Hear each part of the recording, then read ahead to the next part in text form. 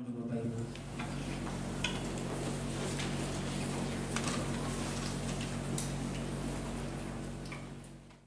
Bapak Ibu, tidak tahukah kamu bahwa dalam gelanggang pertandingan semua peserta turut berlari, tetapi bahwa hanya satu orang saja yang mendapat hadiah.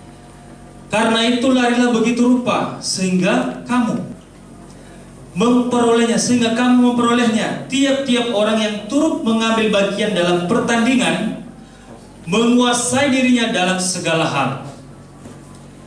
Mereka berbuat demikian untuk memperoleh suatu mahkota yang fana, tetapi kita untuk memperoleh suatu mahkota yang abadi. Sebab itu aku tidak berlari tanpa tujuan, dan aku bukan petinju yang sembarang saja memukul. Ayat 27 terakhir, tetapi aku melatih tubuhku dan menguasai seluruhnya, supaya sesudah aku memberitakan Injil kepada orang lain, jangan aku sendiri ditolak. Puji Tuhan Bapak Ibu. Firman yang sama mungkin satu tahun yang lalu saya diberi kesempatan sama Bapak Gembala. Saya juga menyinggung tentang mahkota kehidupan, bahwa kita ini dalam pertandingan kita sebagai orang Kristen, kita ini ada tujuan yang akan berakhir, yang akan kita capai. Kekristenan tanpa tujuan itu hanya berguling-guling di dalam satu tempat, hanya berjalan di dalam satu tempat. Tetapi kekristenan yang punya tujuan, dia akan berjuang sedemikian rupa untuk memperoleh hadiah. Tetapi hadiah itu adalah bukan hadiah yang fana, dikatakan adalah hadiah yang abadi. Amin. Amin. Puji Tuhan. Saya akan melihat beberapa hal Bapak Ibu yang dikasihi Tuhan. Saya menyinggung sedikit bahwa surat Korintus ditulis oleh Paulus, seorang penginjil di dalam penginjilan yang kedua. Surat Korintus ini terkenal, kota Korintus terkenal dengan kota perdagangan, kota yang sangat strategis. Bayangkan kalau ada kota-kota yang sangat strategis, berarti sedikit atau banyak orangnya? Banyak sekali. Kapalnya banyak atau tidak? Banyak sekali. Bapak Ibu dikasihi Tuhan. Tetapi di Korintus juga terkenal dengan penyembahan berhala di sana. Bisa dikatakan Paulus membangun satu jemaat di sana, berarti mereka dalam keadaan bayi rohani. Karena Paulus di sana 1 tahun 6 bulan, 18 bulan. Ya, 18 bulan.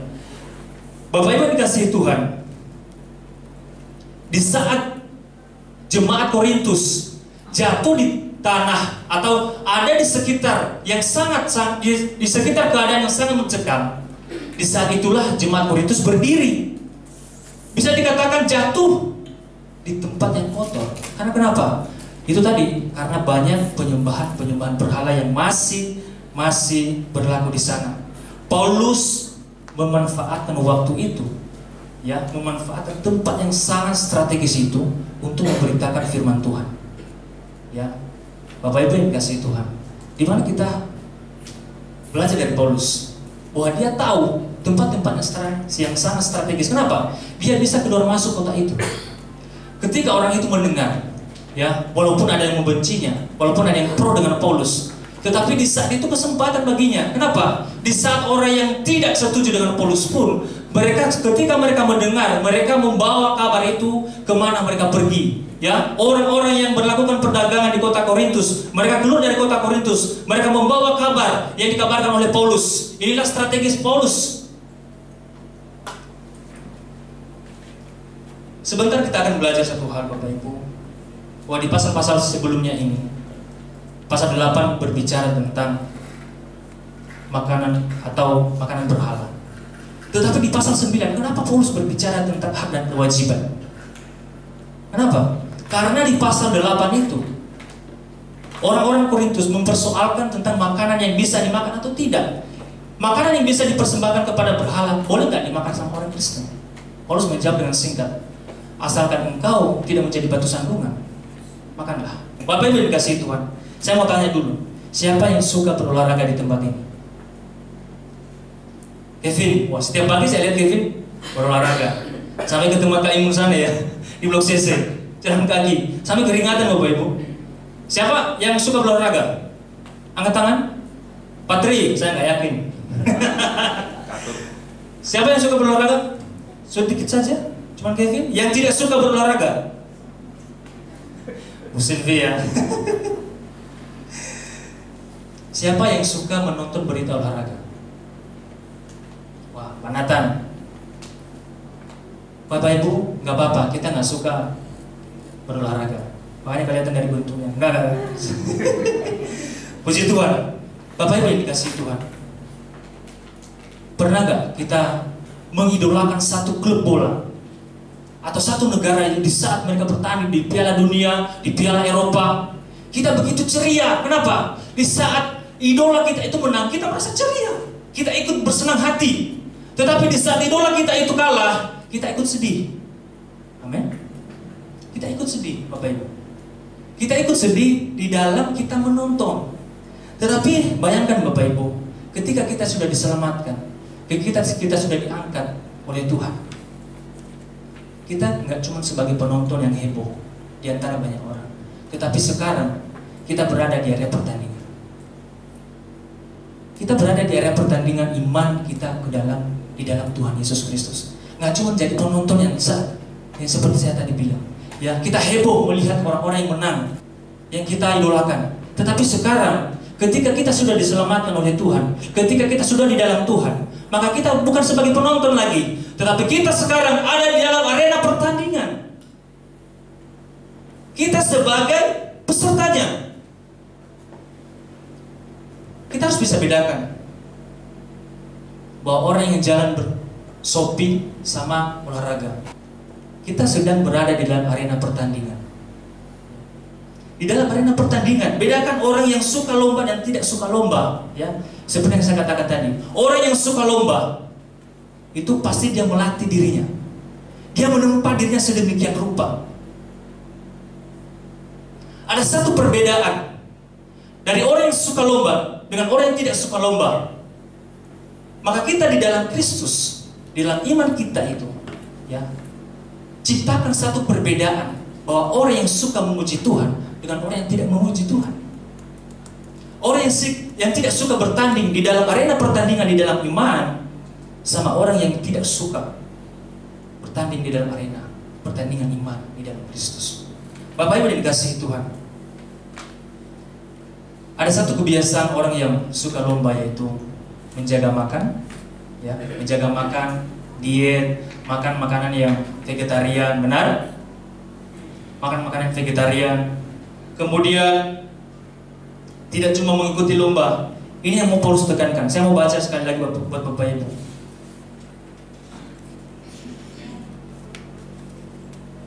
Ayat 25b. Mereka berbuat demikian untuk memperoleh sesuatu mahkota yang fana, tetapi kita untuk memperoleh suatu mahkota yang abadi. Apa artinya Bapak Ibu? Kita nggak cuma berlomba di dalam satu arena pertandingan, tetapi ada satu tujuan. Kalau kita cuma berlomba, semua orang bisa berlomba, semua orang bisa turut berlari. Tetapi apakah mereka mau mendapatkan satu mahkota atau mendapatkan satu hadiah? Di dalam jemaat Korintus atau di Korintus pada zamannya itu terkenal dengan olahraga berkuda. Itu mereka berlomba sedemikian rupa, Bapak Ibu. Ketika mereka memenangkan satu pertandingan itu, hanya satu hadiah. Apa? Cuma daun itu, daun biasa. Bukan emas, bukan terbuat dari emas. Tetapi di dalam gelanggang pertandingan itu, ketika mereka sudah memenangkan pertandingan itu, mereka dimahkotakan dengan daun-daun yang biasa. Artinya apa? Kenapa harus daun? Harusnya mahkota itu berupa emas. Kehormatan itu lebih penting daripada mahkota yang kita dapat di dunia ini. Kenapa? Mahkota di dunia itu menjadi fana. Suatu saat itu akan dilupakan oleh orang lain. Mungkin Bapak Gembala pernah berkhotbah di Jakarta, di tempat-tempat yang besar. Pada zamannya itu terkenal, betul Bapak Gembala. Terkenal, dikenal oleh orang lain, dikenal oleh banyak orang. Tapi lama berjalan waktu, teman-temannya mulai melupakan. Tapi apakah pertandingan yang dilakukan itu selesai sampai di situ? Tidak. Sudah pernah diraih. tetapi dilupakan oleh orang lain. Kenapa? Ketika kita sudah menuju kepada hal-hal yang fana itu, kalau fokus kita di situ, maka kita akan menjadi kecewa. Mungkin Bapak Gembala tidak akan pernah kecewa, karena sampai hari ini masih melakukan pertandingan itu di dalam iman kepada Kristus. Amin. Tetapi Paulus menekankan, memang itu bagus, mahkota fana itu bagus, tetapi kita harus memiliki mahkota yang abadi di dalam Tuhan Yesus Kristus. Haleluya. Bapak Ibu dikasihi Tuhan,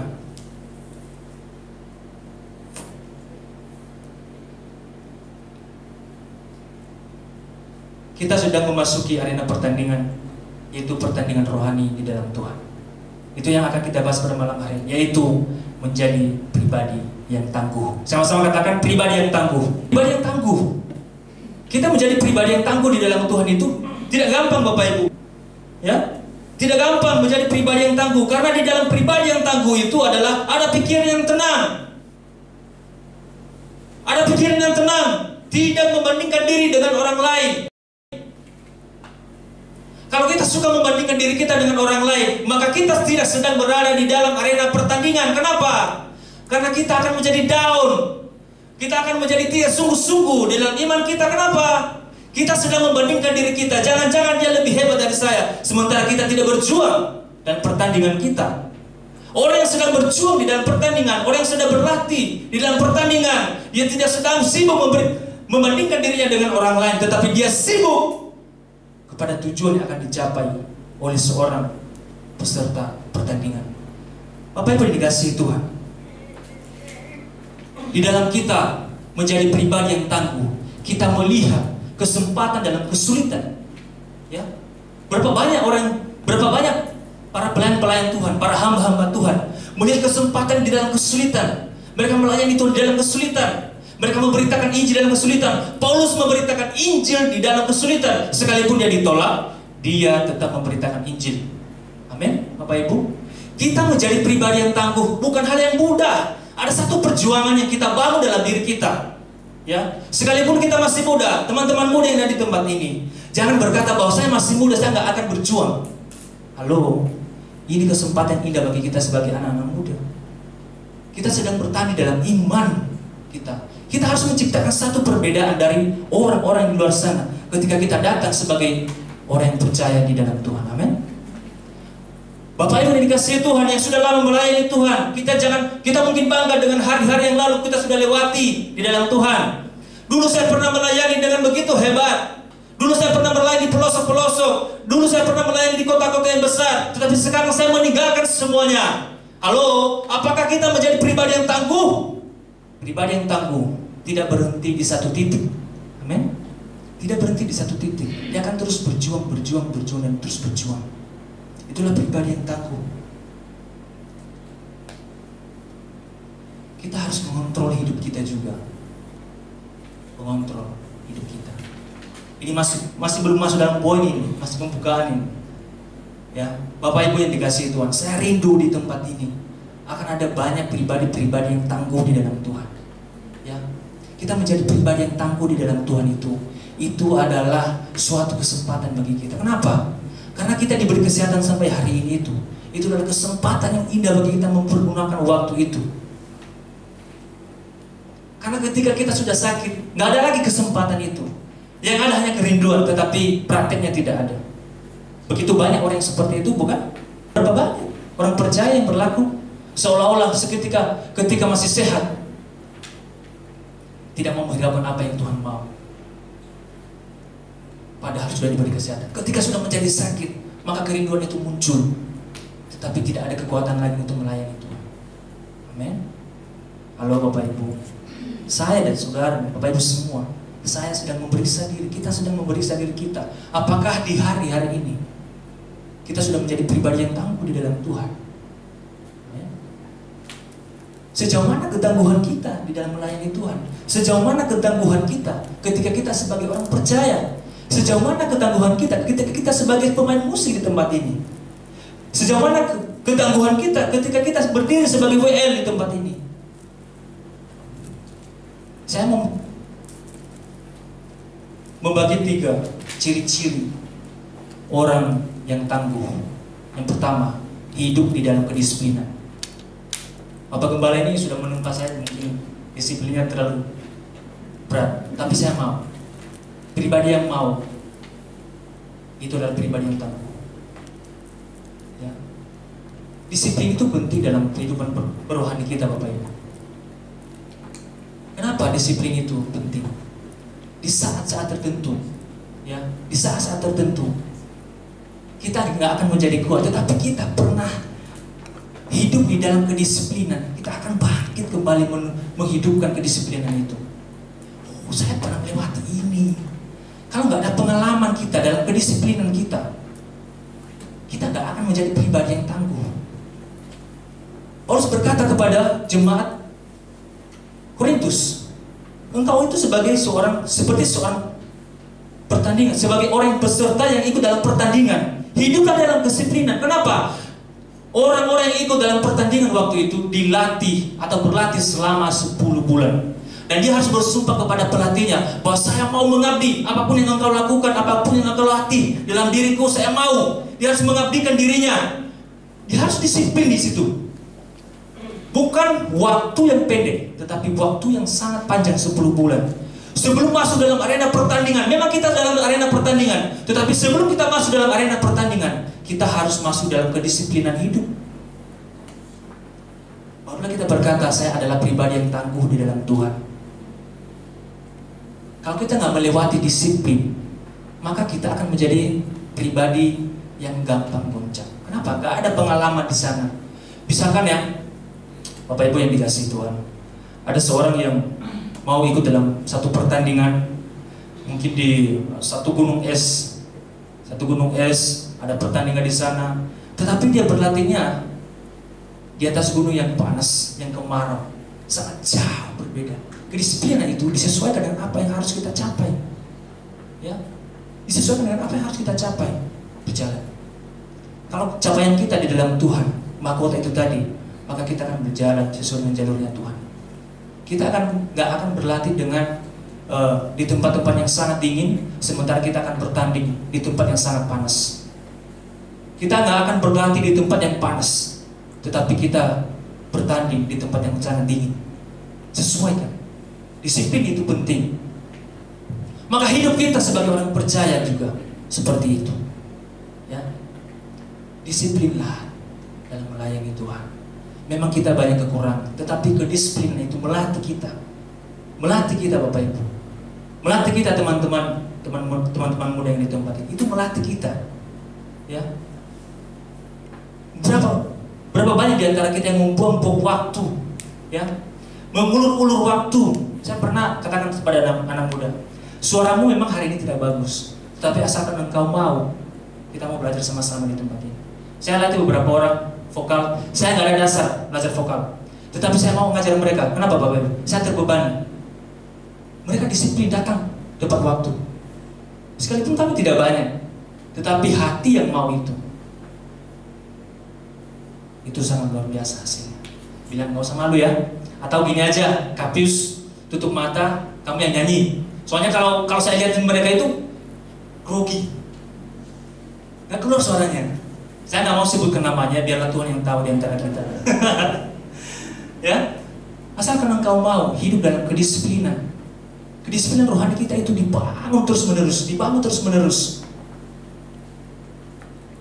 Suatu ketika saya di Jakarta, saya harus pergi pelayanan Bapak Ibu bersama dengan teman saya. Dia bilang, sebentar lagi ya, kita nggak usah berangkat, nanti ibadahnya mulai jam sekian. Oke, nggak apa-apa. Tapi bayangkan, singkat cerita, ini motor mogok. Coba kami berangkat lebih awal, mungkin kami bisa memperbaiki motor itu yang rusak. Kedisiplinan itu penting, ketaatan itu penting, ya. Punya hati, Bapak Ibu yang dikasihi Tuhan. Yang kedua, pribadi yang tangguh itu adalah mampu menguasai dirinya. Saya mau katakan Bapak Ibu, di dalam kita sebagai orang percaya ada 3 hal yang sebagai penghalang dalam penguasaan diri kita. Ini tantangan maksudnya, yaitu harta, tahta dan wanita. Pertama, harta. Itu adalah orang-orang mengejar semuanya. Semua kita mengejar harta. Kita suka dengan harta, pasti. Tetapi dalam penguasaan diri, harta adalah sesuatu yang harus kita kontrol. Kenapa? Dia akan mengubah segala tujuan kita itu kalau kita nggak mampu menguasai diri kita. Ya. Berapa orang hamba-hamba Tuhan menceritakan tentang masa-masa dia pelayanan. Tetapi ketika dia berhasil, Bapak Ibu, bukan nama Yesus yang diberitakan, tetapi apa? Organisasi-organisasi yang dibangun. Dia kibarkan apa? Kibarkan nama-nama gereja. Wah, bukan nama Kristus yang dibawa. Tetapi dia akan menghina orang-orang yang melayani Tuhan di lain tempat. Dia akan merasa lebih dari yang lain. Apa yang dikasihi Tuhan? Kita perhatikan cara hidup kita sebagai orang percaya. Di dalam kita menjadi pribadi yang tangguh, mampukah kita menguasai diri kita seluruhnya? Bapak yang dikasihi Tuhan, di dalam bahasa aslinya itu menguasai diri itu adalah memukul diri, menyiksa diri. Menyiksa diri. Kenapa? Kita harus tahu dulu sakitnya seperti apa, baru kita bisa berjuang. Di dalam kita menguasai diri kita di hadapan Tuhan, kita harus melakukan hal-hal yang sesuai dengan kehendak Tuhan. Menguasai diri itu penting, Bapak Ibu yang dikasihi Tuhan. Di dalam kita menguasai diri kita, kita mampu mengerjakan sesuatu hal yang besar di hadapan kita. Ya. Menguasai diri itu penting. Kenapa? Di dalam kita melayani Tuhan, kalau kita nggak mampu menguasai diri kita, banyak sekali di antara, bahkan di sekitar kita itu yang membuat kita itu down dalam pelayanan. Ya, Bapak Ibu yang dikasihi Tuhan. Nggak cuma di luar sana, tapi di dalam persekutuan kita, ada banyak hal yang membuat kita itu seakan-akan nggak akan mampu lagi menguasai diri kita dalam pelayanan. Kenapa? Kenapa Paulus menekankan ini? Ya, kenapa Paulus menekankan ini? Ini penting dalam pelayanan. Motivasi-motivasi kita diuji dalam pelayanan. Kalau kita nggak mampu menguasai diri kita, kita akan merasa seperti orang yang hebat dari yang lain. Kita akan menjadi lebih berkuasa dari yang lain.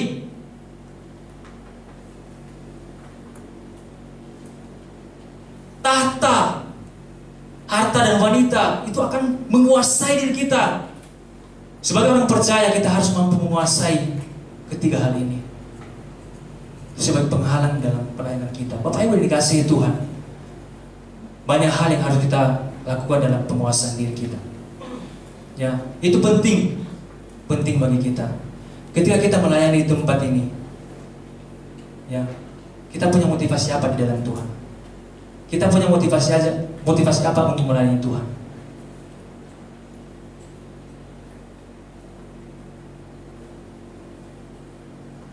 Motivasiku melayani Tuhan supaya aku dapat ini. Jangan harap kau bekerja di luar sana, kita bekerja di luar sana. Kalau motivasi kita sudah salah di hadapan Tuhan, maka penguasaan diri itu menjadi kurang. Dia akan menguasai kita, kedagingan kita menguasai kita. Bukan kita yang menguasai itu. Keuangan menguasai kita, bukan kita yang menguasainya. Kita akan menjadi pelayan Tuhan yang celaka di hadapan. Bapak Ibu dikasihi Tuhan, kesederhanaan bahasa ini menguasai diri, tetapi sulit untuk dilakukan di dalam pertandingan kita, di dalam arena pertandingan kita, di dalam mencapai iman kita di dalam Tuhan. Kenapa? Penguasaan diri itu adalah seluruh jiwa kita ini. Kita harus menguasai, mengumpulkan diri kita, menempa diri kita, mengosongkan diri. Wah, seperti Paulus berbicara tentang hak dan kewajibannya. Paulus punya hak dalam penginjilan, tetapi Paulus menekankan bahwa kepada jemaat Korintus mengambil hak dari penginjilan itu. Kenapa? Dia mau menjadi berkat. Ketika dia berada di tengah-tengah orang Yahudi, dia harus menjadi orang Yahudi. Di tengah-tengah orang yang bukan Yahudi, dia harus menjadi orang yang bukan Yahudi. Menyesuaikan diri, menguasai seluruhnya. Ya, menguasai seluruhnya. Bapak Ibu, sejauh mana kita? Saya mau bertanya, sejauh mana kita hari-hari ini menguasai diri kita di dalam pertandingan kita menuju satu tujuan? Jangan-jangan di dalam penguasaan diri kita itu, ya, kita mengambil jalan singkat.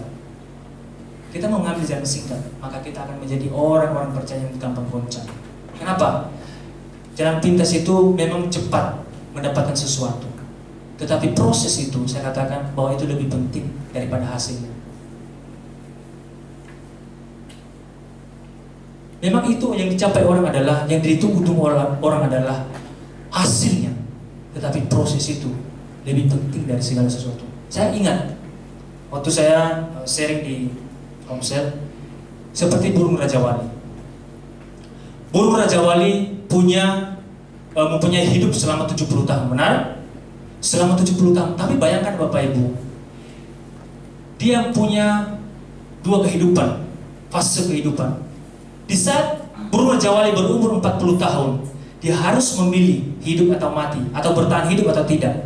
Di saat umur 40 tahun, kalau burung Raja Wali memilih untuk berlanjut 30 tahun ke depan, maka dia harus terbang ke tempat yang tinggi, di gunung yang tinggi. Dia harus ke tempat yang tinggi, jauh sekali, yang tidak bisa digapai oleh musuh-musuhnya. Tapi bayangkan Bapak Ibu, di dalam dia menyendiri, burung Raja Wali itu, dia harus mematuk-matuk paruhnya di batu-batu yang keras. Mematuk-matuk paruhnya. Karena kenapa? Sudah tua, sudah mulai melengkung, tidak susah untuk makan. Dia harus mematuk itu sampai patah, sampai hancur semuanya. Dia harus menunggu paruhnya itu panjang, tumbuh kembali, lalu dia mencabut kuku-kukunya yang panjang yang sudah mulai melengkung. Ketika kukunya sudah panjang, maka dia harus mencabut bulu-bulunya yang sudah mulai tebal, yang membuat dia susah untuk terbang.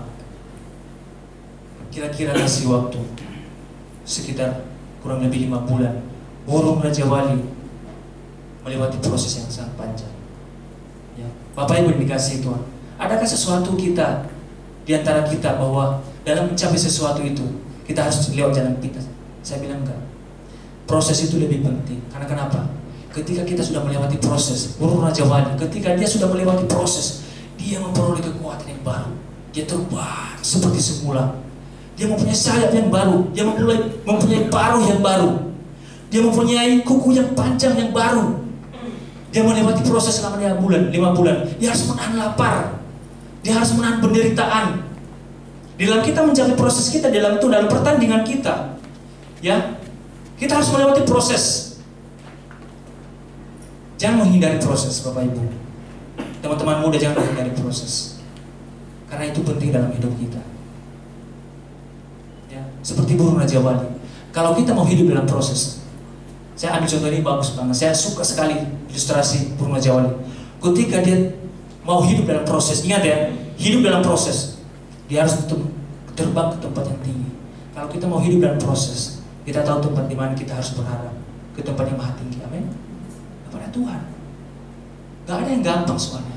Kalau bukan Tuhan yang memberikan kekuatan, maukah, benarkah kita hidup dalam proses itu? Bertahankah kita hidup dalam proses itu? Kalau tidak, kita berharap ke tempat yang maha tinggi, yaitu Tuhan Yesus Kristus. Amin. Amin. Katakan sama-sama, saya mau hidup dalam proses. Sekali lagi katakan, saya mau hidup dalam proses. Amin.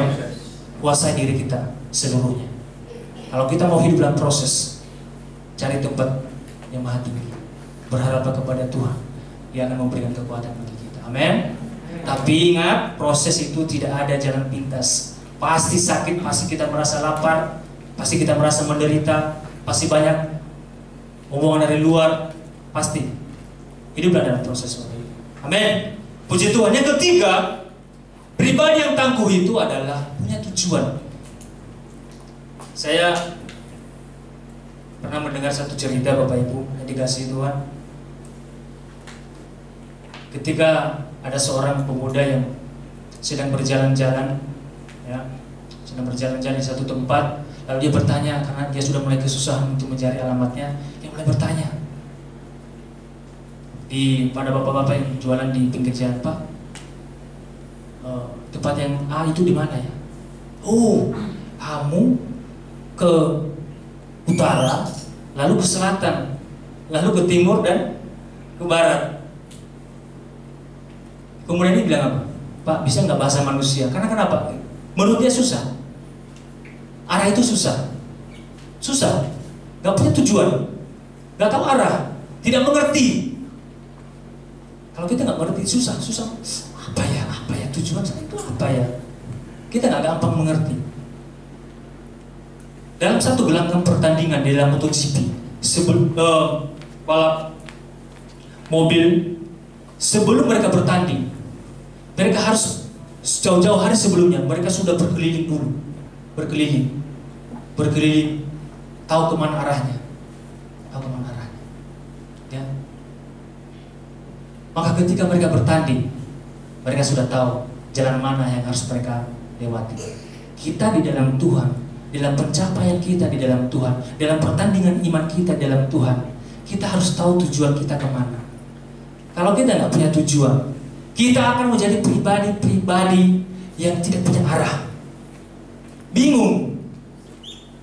Ya, apakah kita mau harus hidup di dalam kebingungan kita dalam pertandingan kita dalam Tuhan? Bapak Ibu dikasihi Tuhan, punyailah tujuan di dalam pertandingan kita. Ya, tujuan kita memperoleh mahkota yang abadi. Tetapi kita nggak mau hidup dalam pertandingan yang menempa diri, yang menguasai diri, yang hidup dalam kedisiplinan. Bapak Ibu dikasihi Tuhan, menjadi pribadi yang tangguh adalah yang ketiga, seperti yang saya katakan tadi, bahwa harus punya tujuan.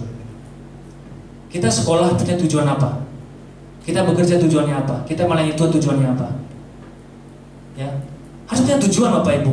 Teman-teman muda harus punya tujuan. Kalau sekarang apa yang kita kerjakan, kalau kita menjadi seorang penyanyi, ya udah lakukanlah bagianmu. Tempat dirimu, latih dirimu di situ, supaya masa depan itu jelas. Oh, saya tahu tujuan saya adalah menjadi seorang penyanyi. Kalau kita mau jadi seorang pelayan Tuhan yang sejati, tetapi kita malas-malasan di hadapan Tuhan, kita nggak menempa diri kita nggak hidup dalam kedisiplinan, maka tujuan kita melayani Tuhan tidak begitu jelas, udah nggak jelas. Ya, di dalam Tuhan. Oleh sebab itu, kepada siapakah aku berharap ketika aku mau hidup dalam pribadi yang tangguh? Kepada siapakah aku berharap ketika aku bertanding dalam pertandingan iman kepada Kristus? Selain daripada firman Tuhan menguatkan kita pada sore hari ini. Coba katakan sama-sama, saya berharap kepada Tuhan. Amin. Ya. Kita mau berharap kepada Tuhan. Menjadi pribadi-pribadi yang mau berharap kepada Tuhan. Bapak Ibu dikasihi Tuhan, refleksi buat kita semua. Sudah sejauh manakah kita hidup dalam kedisiplinan kita dalam melayani Tuhan? Coba tanyakan pada diri kita, sudah sejauh mana saya melakukan disiplin dalam melayani Tuhan? Yang kedua, sudah sejauh mana saya menguasai diri dalam pelayanan ini? Ya. Sudah sejauh mana? Sejauh mana itu? Sejauh mana ada satu hal yang dibangun di sana? Sejauh mana ya? Ada satu hal yang sudah dilakukan, sudah sejauh mana?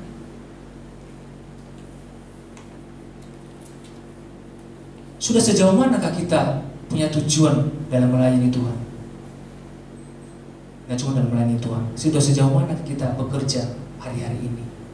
Punya tujuan apa tidak di hadapan Tuhan? Kita tanyakan pada diri kita, sudah sejauh mana? Hai jiwaku, sudah sejauh manakah engkau hidup di dalam pertandingan iman? Ingat ya, sekali lagi saya katakan, Bapak Ibu yang dikasihi Tuhan, kita bukan lagi penonton, tetapi kita peserta yang sedang bertanding mencapai satu tujuan. Amen. Mari kita tundukkan kepala kita. Saya undang pemain musik maju ke depan.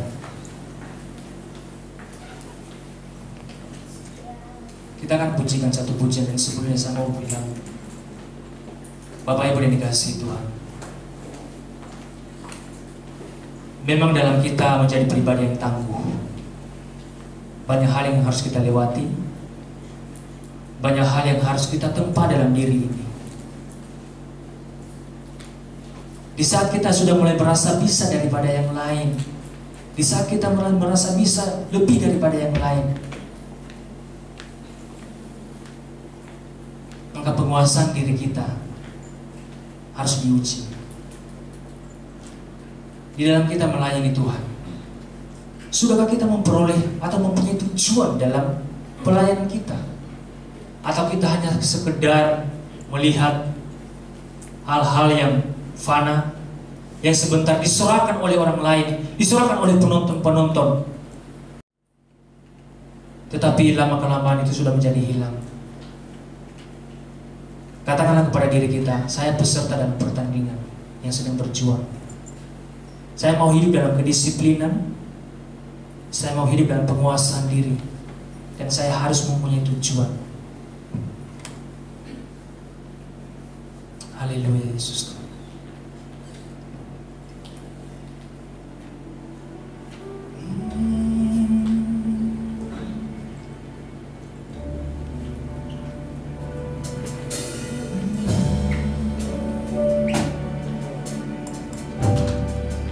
Ku telah mati dan tinggalkan cara hidupku yang lama. Semuanya sia-sia dan tak berarti lagi. Hidup ini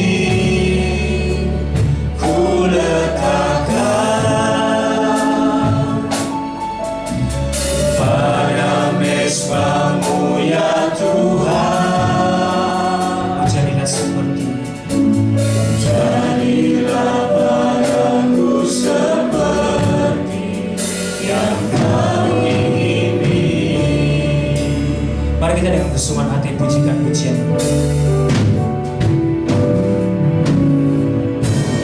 Dengan barang fana, Yes, bukan dengan barang fana. Kau membayar dosaku. Dengan darah yang mahal, tiada noda dan celah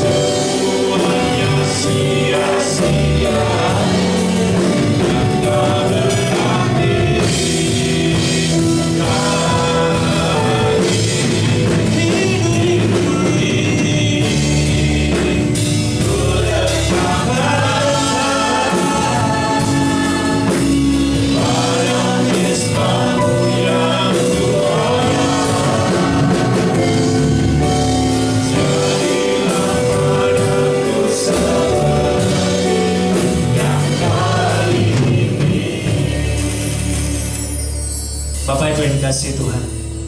Seperti pujian ini, kita tinggalkan kehidupan kita yang lama dalam melayani Tuhan, motivasi-motivasi kita yang salah, tujuan-tujuan hidup kita yang sudah mulai tidak berarah, kedisiplinan kita dan rohani kita yang sudah mulai tidak berarah.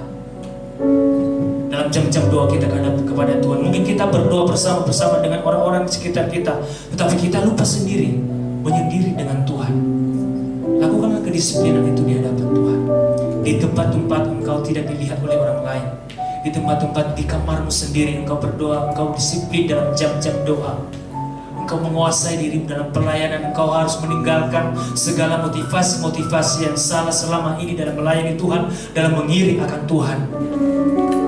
Tinggalkan hidup baru di hadapan Tuhan, hidup baru di hadapan Tuhan. Punya tujuan yang jelas, punya tujuan yang jelas, punya tujuan yang jelas. Ku telah mati dan tinggalkan. Engkau sungguh-sungguh berharap pada Tuhan. Jalan hidupku yang Tuhan, kami mau berserah kepadamu. Kami mau meninggalkan hidup kami yang lama di hadapan-Mu. Tuhan, tolong kami dalam komitmen kami dalam melayani Tuhan, dalam komitmen kami dalam hidup baru bersama dengan Tuhan. Tolong kami Tuhan.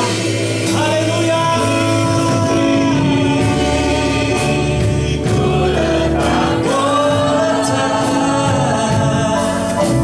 Pada mezbah-Mu ya Tuhan, jadilah pada kami Tuhan. Jadilah padaku seperti yang Kau ingini. Jadilah padaku seperti yang Kau ingini. Jadilah padaku seperti yang Kau ingini.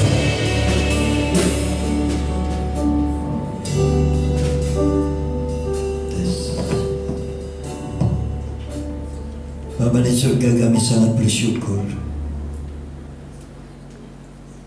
pada sore hari ini Kau mengingatkan kami bahwa setiap kami memiliki tujuan hidup seperti Kristus. Kami bersyukur Tuhan bahwa kebenaran firman-Mu akan menjadi tujuan hidup kami seutuhnya pada saat ini. Roh Kudus, meteraikan firman-Mu di dalam setiap hati kami, supaya setiap kami yang telah menerima Yesus Kristus sebagai Tuhan dan Juru Selamat kami memiliki pengertian bahwa sasaran tujuan kami harus memiliki kehidupan seperti Engkau, sesuai ukuran dan kemampuan kami. Terima kasih Bapa, berkati hamba-Mu, saudara kami Pius, yang Tuhan sudah pakai untuk menjadi saluran berkat rohani bagi setiap kami. Di dalam nama Tuhan Yesus Kristus, biarlah hamba-Mu ini boleh makin hari makin berkurang-kurang, dan Kristuslah yang makin bertambah-tambah di dalam hidupnya.